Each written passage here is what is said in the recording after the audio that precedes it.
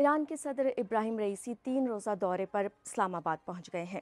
ये पहले से तयशुदा दौरा है और इस दौरान वो सदर, वज़ीर-ए-आज़म और दीगर आला सरकारी हुकाम से मुलाकात करेंगे। पाकिस्तान में ईरान के सिफारतखाने ने BBC को बताया है कि सदर इब्राहिम रईसी के इस दौरे का एजेंडा दोनों ममालिक के ताल्लुकात को फ़रोग़ देना है, जबकि पाकिस्तान की वज़ारत ख़ारजा ने भी कहा है कि इस दौरे के दौरान दोनों मुल्कों के ताल्लुकात को मज़ीद मज़बूत बनाया जाएगा, जबकि मुख्तलिफ शोबों में ताउन को फ़रोग़ दिया जाएगा।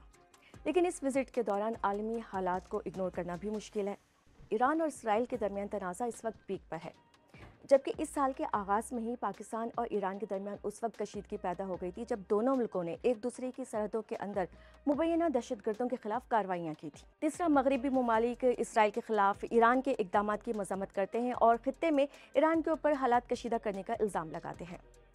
तो जहन में सवाल ये आता है कि क्या इस दौरे की वजह से पाकिस्तान को आलमी दबाव का सामना करना पड़ सकता है। जिन तज्ज़ियाकारों से हमने बात की उन्होंने दो तरह की राय दी। कुछ का कहना है कि ईरान के मामले में दबाव तो हमेशा होता है, लेकिन पाकिस्तान आलमी ताकतों को ये समझाने की कोशिश करता है कि ईरान उसका पड़ोसी है, इसलिए उसके साथ अच्छे ताल्लुकात उसकी ख्वाहिश भी है, मजबूरी भी। दूसरी राय यह है कि पाकिस्तान को ऐसे दबाव का सामना नहीं करना पड़ेगा, क्योंकि पाकिस्तान और ईरान के ताल्लुकात पहले से ही मिसाली नहीं हैं। एनालिस्ट समझते हैं कि ईरान पाकिस्तान से सपोर्ट का पैगाम हासिल करना चाहता है और ये दिखाना चाहता है कि इसराइल के साथ तनाज़े के बावजूद सब नॉर्मल है और दोनों मुल्कों के म्यूचुअल इंटरेस्ट भी हैं। एक्सपेक्टेशन है कि दोनों ममालिक के दरमियान होने वाली बातचीत में सिक्योरिटी और गैस पाइपलाइन के मौज़ूआत सर फहरिस्त होंगे। दोनों मुल्कों का मौक़िफ़ ये है कि उनके पड़ोसी मुल्क में एक्टिव अस्करियत पसंद पनाह लिए हुए हैं।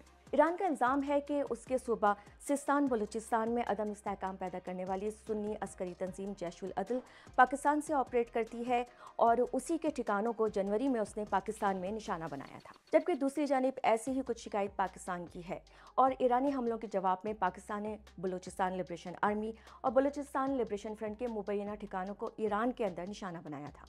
दूसरा बड़ा इशू है गैस पाइपलाइन मंसूबा। पाकिस्तान ईरान गैस पाइपलाइन मंसूबे का इफ्तिताह 2013 में हुआ था, लेकिन उसके बाद से कोई बड़ी डेवलपमेंट नहीं हुई है।